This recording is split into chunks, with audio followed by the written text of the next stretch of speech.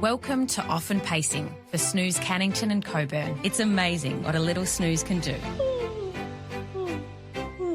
Great to have your company for another edition of Off and Pacing. Thanks to the team at Snooze for bringing us today's edition of it. Tim Walker with you. Hopefully you had a great weekend and plenty to work through this morning as we recap Winter Cup night. We'll do that very shortly with Matt Young and Ollie Cownie.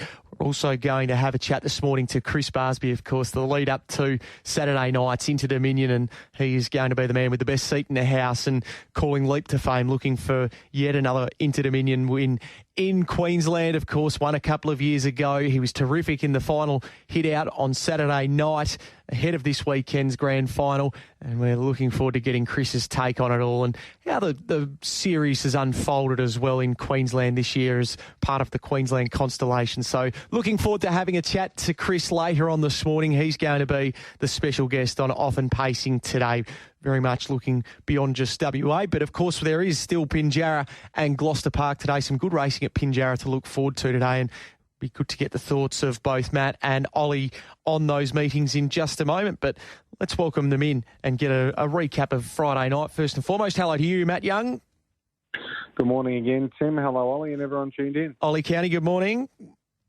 Matt, Tim, great to be on with a great weekend of racing there. It certainly was. Hey, gents, why don't we just touch very briefly on Saturday night, first and foremost, if we can, at Albion Park and what we saw there. Matt, leap to fame, as Chris pointed out, and I think it's a good summation. He's playing chess and the rest, they're playing checkers.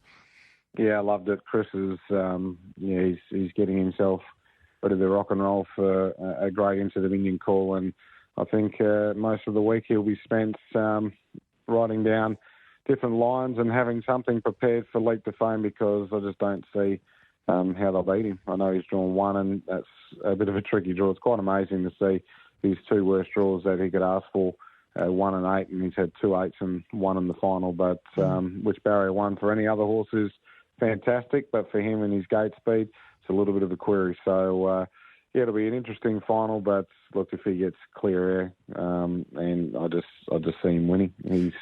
He's so far the best horse that we've got here in Australia and Australasia, and he's one of the best we've ever seen. So leap to fame, should be winning the Inter Dominion on Saturday night. Even some suggestion yesterday they might look to hold up. Ollie, could you see that happening?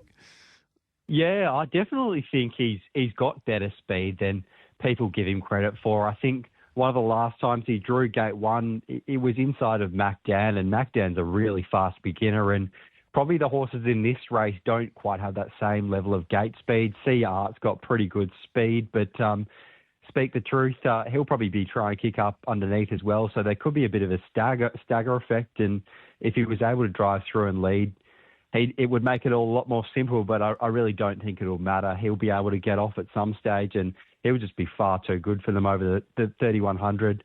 He obviously came up against Don Hugo on the weekend there, and Don Hugo was probably pretty disappointing in the end, missing a place, and Leap to Fame was just a dominant winner again, but really no surprise given what he's done before that. It was pretty incredible to see him go around $1.50 in that race, given Grant had indicated earlier in the week he wanted to come off the peg. So, yeah, quite incredible, really.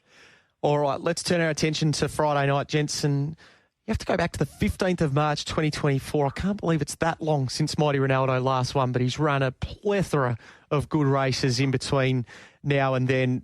Good to see him back winning, now a 7-year-old. So I think it probably fits the bill of saying the old boy, Mighty Ronaldo, getting the job done there. Matt, what was your takeaway from the Winter Cup? Yeah, it's great to see him get the win. And look, that was a really good performance, in my opinion, just because of the fact that he's never really been a horse that can do a heap of work in his races, let alone over 2,500 metres. He's made a career of being the sniper, and unless he can lead. So for him to be able to work forward off the arm and just be able to get to the breeze, took some cover, but he just always travelled and he looked good. His first up run was really good, so there was obviously confidence there.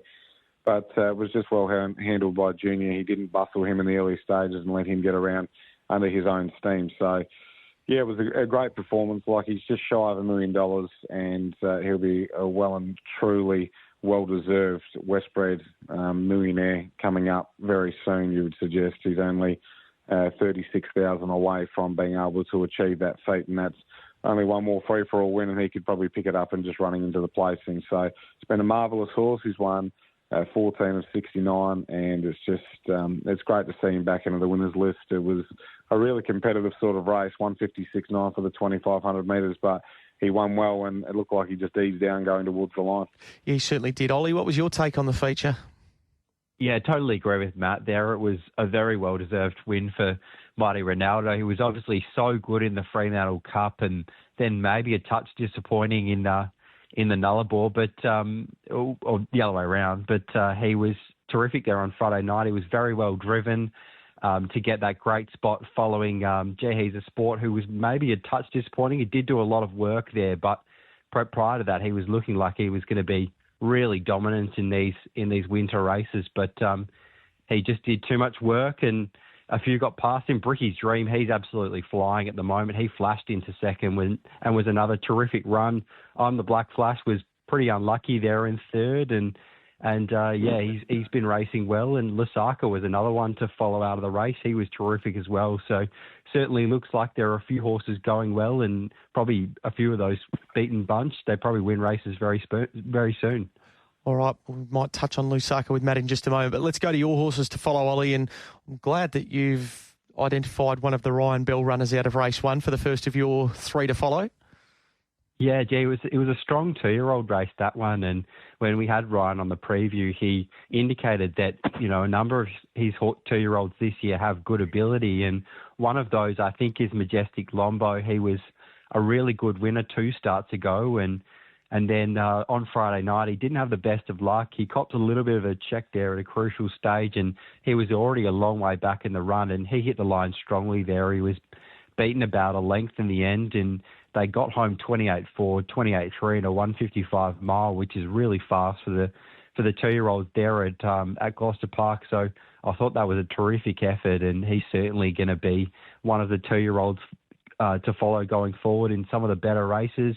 My next horse to follow is out of the second race. I've gone early in the card, and I've gone with Mr. Copa.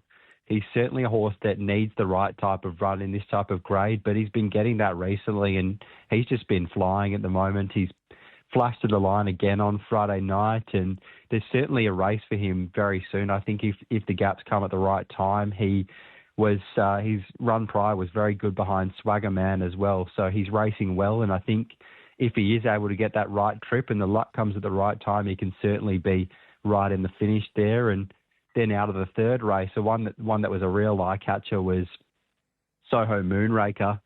Got a long way back in the run. He was heavily backed before the race, and it was probably a little bit surprising given his outside back row draw. But the way he ran there, it made a lot of sense. He was terrific. They ran home a pretty quick last quarter, and Blaze On, who's going well at the moment, wasn't able to drop Soho Moonraker, who'd done a lot of work 3 wide on the track. So certainly a horse that's racing well and can win a race soon. All right, so there's Ollie's horses to follow in Majestic Lombo, Mr. Copa and Soho Moonraker. What about you, Matt?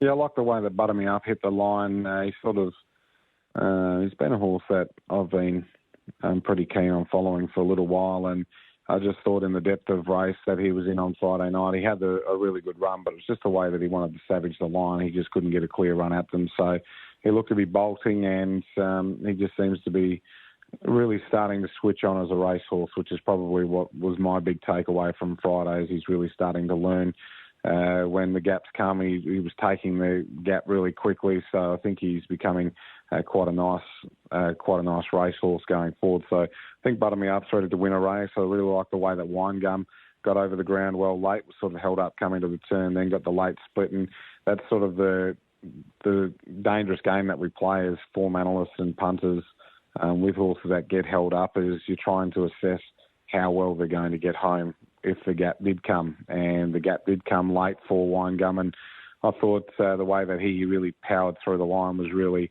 strong, and looks like he's going to be able to pick up a race pretty soon.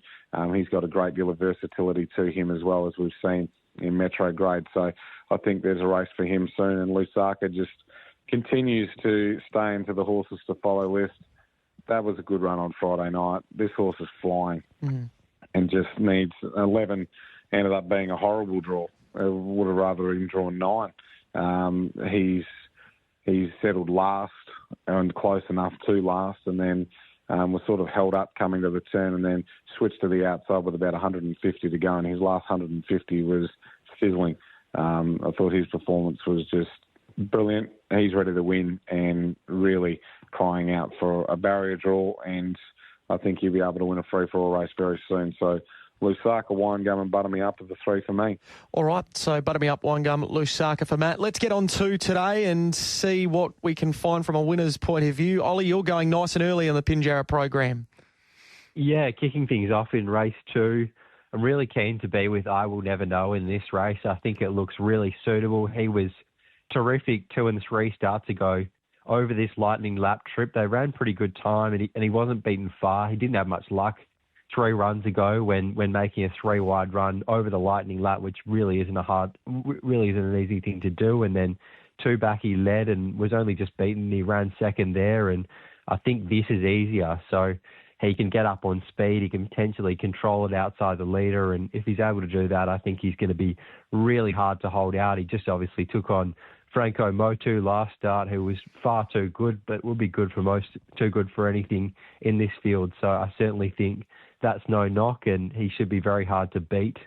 The next race I was keen to play into was the Trot race 3. I thought this was a really good race for Elegant Peak to get back into the money somewhere. I thought she looked a really good 1x3 in this race. She was first up from a pretty solid spell last start, and she came off 30 metres there, and it was the 2100 metre stand start. So it's pretty hard for horses off handicaps over the 2100 to get into the race, and it was only beaten about 7 metres there, so it was a really good effort, and it was held up at a crucial stage as well. So I think plenty to take out of that run, and being on equal terms from the mobile looks really suitable here. We know Quigley, when he's good, when he's trotting and when he's behaving, he's a really nice trotter, but he can do a few things wrong. So if he does, then I think Elegant Peak can be right in the finish there from what looks a really suitable draw on the back row. And then the last one I got for us at Pinjarra was in race 5, hoping there's a bit of early speed on here, which I think there will be between Sunshine Swift and Lucienne. I think they'll both be having a pretty good look for the front early, and I think this will set up perfectly for Cry Havoc, who was really good last start, was doing his best work through the line. He was near last in that race, and he flashed into 4th, and they ran 28.8 on the way home there. So it certainly wasn't a race that set up that well for something to run on from a long way back. So I thought that was a terrific effort, and he's going to be really hard to hold out late there. All right, so that is I Will Never Know, Elegant Peak and Cry Havoc. What about you, Matt? Yeah, look, we'll go towards the back end of the program. I think Me Flash in race 6 will run a really good race. He's had the 3 runs back from a spell, and look, the form doesn't really indicate a huge amount, but he was first up, beaten 23 metres in a 156, and then beaten 15 metres, held up in a 153 at the mile, and then last start he just had to do too much work, and he weakened out of it in the concluding stages. I think he's a good on-speed runner. I think he'll run a really good race today, Me Flash. So I was keen on him, race 6, number 5. Then we go to race 8. I was very keen on Soho Honey Rider. I thought Soho Vesperlin looks the likely leader in the race, and I think Soho Honey Rider's first up run was brilliant, and I think can get the job done here. I think Soho Vesperlin will get Soho Honey Rider to the sprint lane. If you're playing the quaddie, you can be brave and just go one out with Soho Honey Rider. I think if there's one danger in the race, it would be Codename Marcus, just because if young AJ Markham lets rip on this horse and was able to get the advantage before the sprint lane and had that momentum, then Codename Marcus could really come into play as a horse that'll be hard to run down. But I think Soho Honey Rider, everything's pointing to her in this race. So very keen on her straight out. And if you do want to save on something, Codename Marcus. And last, I liked DJ's Big Boy. I was really keen on his chances here. I think he can get up outside the lead, and I think he can nearly control a race from the breeze, and I thought he'd run a really big race. So race 9, number 5, DJ's Big Boy. He comes into gate 3, gate speed from horses 1 and 2 underneath him. I expect him to be likely up outside the speed in the breeze, and I think from there the big fella can run a pretty good race. So race number 9, number 5, DJ's Big Boy. Race 8, number 8, Soho Honey Rider. And race 6, number 5, Me Flash and My 3. Matt, keep rolling into Gloucester Park tomorrow night. The first of your plays coming up in race 4. Yeah, race 4, look, it looks like I've written down the wrong race. We'll go race 5. Okay. So, Tim, I've given you a bum steer there. That's okay. Look, race 5, we've got a good Warhol. Looks incredibly hard to beat here. He'll be likely pretty short odds. He was unlucky on Friday night. I like the way that Fjord went last start, and I thought Fjord could just tuck in just in behind them. And with there being 8 horses as it stands right now, as we mark 9:22 on a Monday morning, there is 8 horses in the race, and I think there's a really good place chance for Fjord, and there's a small winning chance. In the event, I think he'll get close enough, small field, good turn of foot, like Fjord on an each-way basis, but obviously more for the place. And then we go down to the last, and I was really taken by the run of Lazarus Star last start. Second to Lazy Days in very good time, chased hard, showed brilliant gate speed. It's over a mile. I'm expecting Lazarus Star to lead early. Whether he holds the front, that's the big key, because Pinjarra Rocks has got an abundance of early speed, and over the mile they're likely to light the fuse with him. But I think Lazarus Star can win from either position, leaders back or in front. And I just thought the first up run just really put the writing on the wall that he's in for a good preparation. So race 9, number 3, Lazarus Star. And race 5, number 5 at Fjord on each way, but probably more for the place. Okay, and what about you, Ollie? I think you're going to the same 2 races. Yeah, and I'm seeing them exactly the same way as Matt. So hopefully it's great minds think alike, but we'll see how we go. I thought Got a Good Warhol found a really good race there in race 5, and he should lead and should be really hard to beat there. I also think Codename Elliot is flying as well, so if it is pace read evidence, then I certainly think he could also be another decent place angle. And then in race 9, I see it exactly the same way as Matt. I thought Lazarus Star would be incredibly hard to beat in this race. It was a really eye-catching return from a spell there behind what looks to be a pretty smart horse in Lazy Days. We saw Lazy Days win again quite impressively there on Saturday. So looks to be a good form reference, and I think Lazarus Star can be really hard to beat again in this race. All right, so that is for Ollie and Matt tomorrow. Okay, gents, good work today. Matt, you're no doubt getting ready for Pinjarra. Gets underway just after midday. Good day down there, so hopefully plenty of winners to be found, and do that on the Racing WA Harness X page as well. Absolutely, looking forward to it. See you, boys. Beautifully done, and Ollie, will catch up with you again tomorrow. Looking forward to it. Thanks, guys. There is Matt Young and Ollie Cownie. We'll take a short break. Up next, Chris Barsby will be with us ahead of Saturday's Inter Dominion final. It's amazing what a little snooze can do. Gets to the outside. Don Hugo yielding ground. Catch a wave is forced off the track. Nyack shakes loose. He's starting to force into the clear. Then Kanina Provlima. Down on the inside, Jim RT. Where you been bopping Don Lou. Back straight quarter. 28 and 7. Leap to Fame at the top of the lane. Straightens with the lead of 5 metres. Out wide, Nyack runs to second. Better Eclipse is trying hard, but it's all Leap to Fame. Leap to Fame. He's playing chess. The others are playing checkers. It's all Leap to Fame, races away and scores easily. Nyack, Kanina Provlima for the Miners. Then Better Eclipse. Yeah, that was the win of Leap to Fame in heat number 5 of the 2025 Inter Dominion Pacing Championship on Saturday night at Albion Park. It's a delight to watch him every time he steps out at the moment, and we'll get that opportunity once again this week. And the man that will have the best seat in the house will be calling all of the action of the 2025 Inter Dominion on Saturday is Chris Barsby. Great to have him with us on the program. Chris, good morning to you.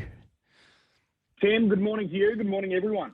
How's the build-up around this Inter Dominion with Leap to Fame and what he's done so far, and there again on Saturday night, which was simply scintillating? Yeah, absolutely. The build-up's been really strong, given the fact that this series is being staged in his home state, the Sunshine State, Queensland, and he's the headline performer. He was the headline performer as soon as this series was announced. We've got the defending champion, Don Hugo, but this guy's been the series favourite all the way through, and he only solidified that position on Saturday night, sweeping the heat. So him and alongside Sure Thing captain, another Queenslander, making a clean sweep of the heats. But this is the headline act. Everyone comes to see Larry, as he's affectionately known, and he was awesome again there, just like he did on night one, Tim.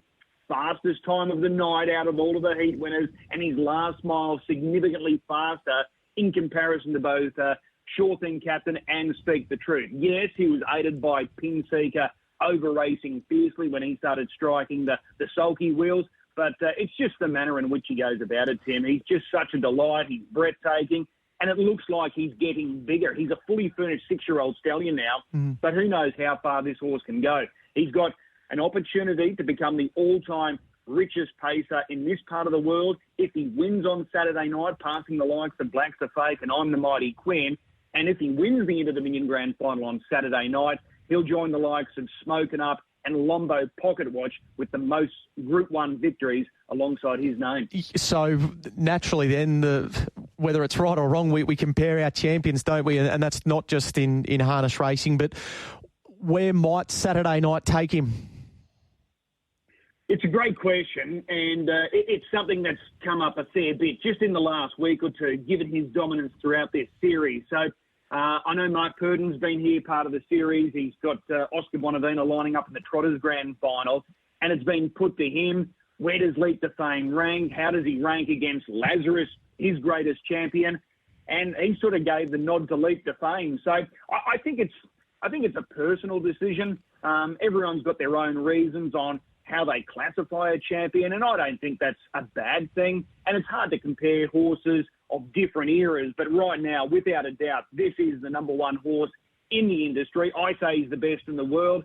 I watch a lot of international racing. I can't see anything over in North America or Canada that could go with Leap to Fame, so I'm happy to put my neck on the chopping block and label him the best horse in the world. So he's fantastic. Doesn't matter if it's a mile.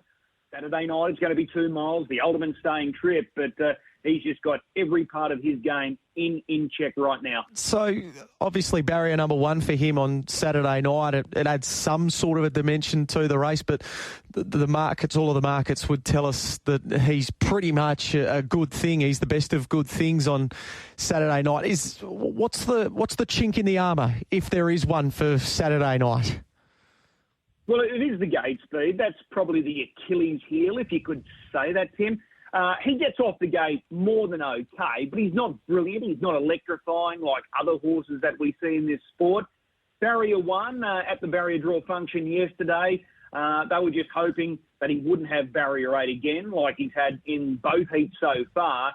And when young Jai Dixon, Grant and Trista's son, went up to do the honours, he turned over barrier 1. There was a little bit of a hush over the crowd when barrier 1 rolled out. So a number of horses were off the board by that stage. The fly in the ointment for this race on Saturday night, as far as the gate speed is concerned, could easily be Sia Art. Now, he crossed Leap to Fame, and it wasn't all that long ago. I think it was about 3 runs ago in the Lucky Creed, albeit Leap to Fame had barrier 2 that night, and I don't think Grant was, looking to fire him off the gate. He just allowed him to amble off the arm.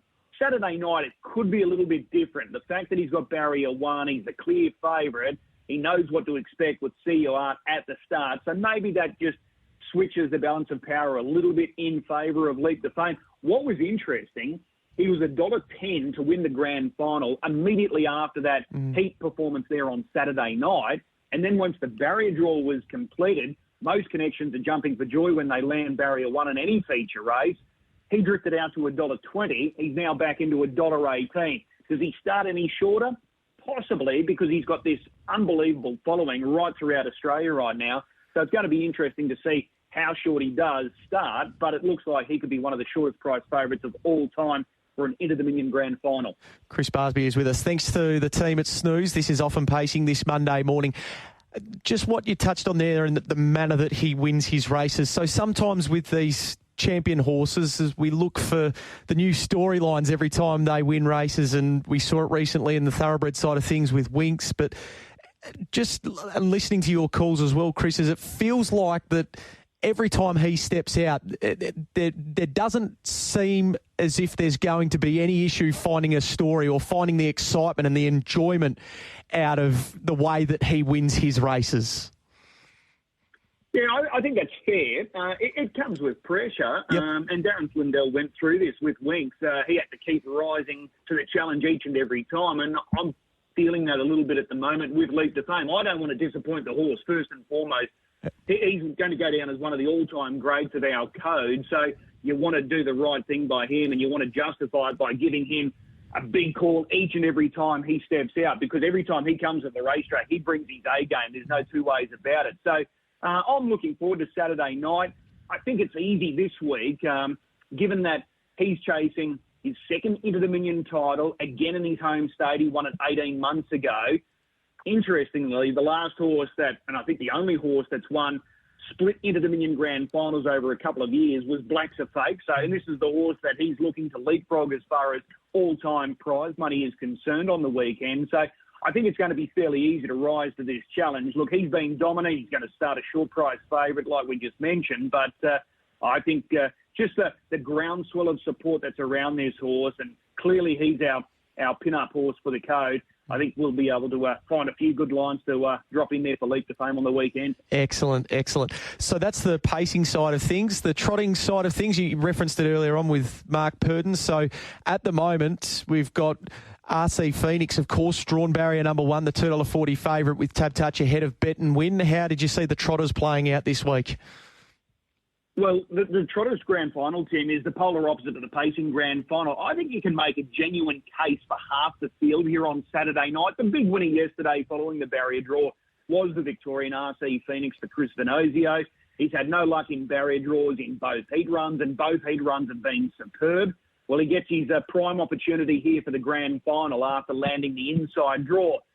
Some immediately wanted to speculate, does he have the speed to lead? Can he run a strong 2 miles? When you look at his body of work, it's enormous, RC Phoenix, and he's been really good in particular over the last 6 to 8 months. So I think he deserves to be favourite.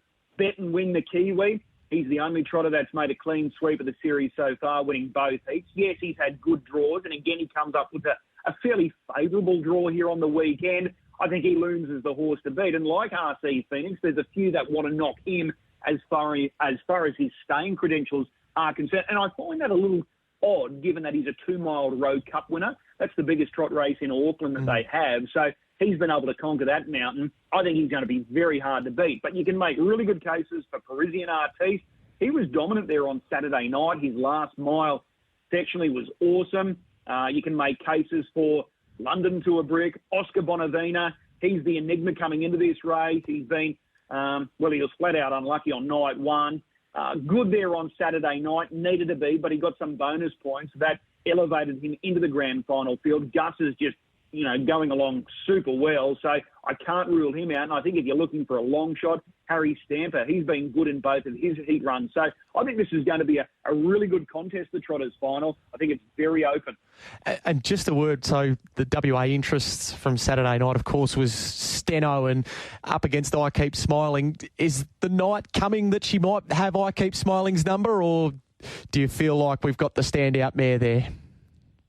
No, I think it's coming. I think the barrier draw for this Group 1 Golden Girl on Saturday night is going to be so crucial. Keep in mind with Steno, although she's getting beaten behind I Keep Smiling, there's no... That's not a bad thing. I Keep Smiling has clearly identified herself as the best mare in this part of the world. So to run second to a mare like that consistently is only a good thing. But she hasn't had much luck with barrier draws. Again, there on Saturday night, she had a tough draw, a second row draw over the mile. That's not easy, whereas I Keep Smiling had a front row draw. Yes, it was wide. If she lands a good draw and she can lead around Albion Park over the mile, I think she's going to prove very, very hard to beat. She only just missed there on Saturday night. It was only a head margin in favour of I Keep Smiling. But I think if with a little bit of luck, I think the roles can be reversed here with a barrier draw. Well, let's hope that Jocelyn can strike on the main night come Saturday there with Steno. Chris, good luck Saturday. It's been great to watch so far, and it feels like the Inters with this love that it's been given by Queensland, and clearly the $1 million final that's going to be there on display on Saturday night. It feels like it is back, and it's made itself a nice new home there in Queensland through the Constellations. Appreciate your time this morning. I appreciate the interest. Anytime, Tim. There is Chris Barsby with us, our special guest this morning, ahead of the 2025 Inter-Dominion final this Saturday night at Albion Park. Of course, leap to fame, $1.15 at the moment with Tab Touch. Well, that brings us to the end of Off and Pacing for this morning. Thank you for listening in this morning. Thanks to the team at Snooze for bringing us this edition of Off and Pacing. And don't forget, Pinjarra today, all of the action from just after 12 o'clock, the Racing WA Harness X page. Matt Young will be down there with all of the interviews pre-race, so make sure you stay tuned for that. We're going to take a short break. When we come back, we've got our previews from the East Coast coming in. We've got Scone to look forward to today, and we've also got racing coming our way from Pakenham with a preview not too far away. So stay tuned for that. But up next, it will be Scone. Short break. Back with more in a moment. You win some, you lose more. For free and confidential support, visit gamblinghelpline.org.au.